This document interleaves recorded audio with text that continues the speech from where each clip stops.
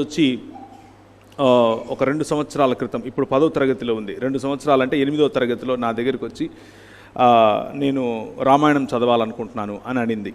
ఎందుకు అని అంటే మా పుస్తకాల్లో పాఠ్యాంశాల్లో అదొక కంపల్సరీ థింగ్ అనమాట, అది చదవాల్సిందే అని అన్నప్పుడు నేను సరే అని దగ్గరుండి రామాయణం తీసుకుని వచ్చి ఏమాత్రము జంకకుండా ఉన్నది ఉన్నట్లుగా అంతా చదువుతూ ఆమెతో మాట్లాడుతూ ఉన్న సమయంలో ఆమెకు చాలా ప్రశ్నలు కలిగాయి. ఇదేంటి ఇలా ఉంది, ఇదేంటి ఇలా ఉంది, మనిషి కదా, మనిషి కాదా, ఇలాంటి ప్రశ్నలు. సో మనిషిని మనిషిగా మాత్రమే చెప్పేటటువంటి ఏకైక పుస్తకము 66 పుస్తకాలు ఉన్నటువంటి దేవుని వాక్యము అన్న విషయాన్ని మనం చూసాం.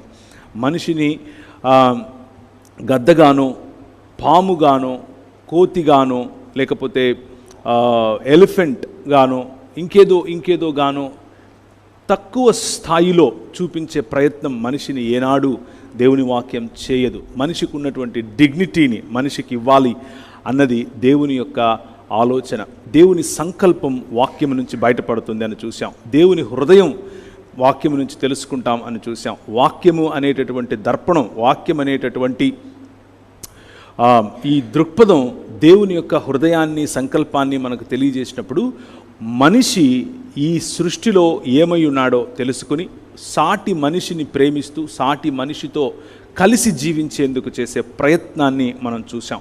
ఇది కేవలము 66 పుస్తకాలు ఉన్నటువంటి బైబిల్ గ్రంథంలో మాత్రమే దొరుకుతుంది అన్న విషయాన్ని చూసాం. కనుకనే వాక్యం అంతటి యొక్క సారాంశం ఏమిటి అని ప్రభువైన యేసుక్రీస్తు దగ్గరికి ఒక వ్యక్తి వచ్చి అడిగినప్పుడు ఆయన ఒక్క మాటలో లేకపోతే 2 మాటల్లో చెప్పాడు. నీ దేవుడైన యెహోవాను నీ పూర్ణ ఆత్మతోనూ, పూర్ణ శక్తితోనూ, పూర్ణ వివేకముతో ప్రేమించాలి, ఆరాధించాలి, లేకపోతే సేవించాలి. మూడిటికి వాడిన పదం ఒకటే, అవద అన్నటువంటి హెబ్రూ పదము.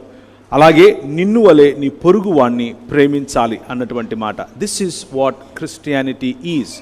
క్రైస్తవం అన్నది దేవునికి మరియు మనిషికి సంబంధించిన 2 రకాలైనటువంటి డైమెన్షన్స్లో ఉంటుంది. కానీ దురదృష్టం ఏమిటి అని అంటే ఈరోజు క్రైస్తవం అనేది ఒక మతం అయిపోయింది. మతంలో బ్రతుకుతున్న వాళ్ళు కేవలం పైకి మాత్రమే చూడటం నేర్చుకుంటున్నారు, పక్కకు చూడటం నేర్చుకోలేకపోతున్నారు. పైకి మాత్రమే నేను మాత్రమే, నేను నా దేవుడు, నీతో నాకు పని లేదు, నా దేశంతో నాకు పని లేదు, నా సమాజంతో నాకు పని లేదు, నా కుటుంబంతో నాకు పని లేదు, ఎవడెలా చస్తే నాకేంటి, నేను, నా దేవుడు, నా భక్తి, నా ప్రార్థన.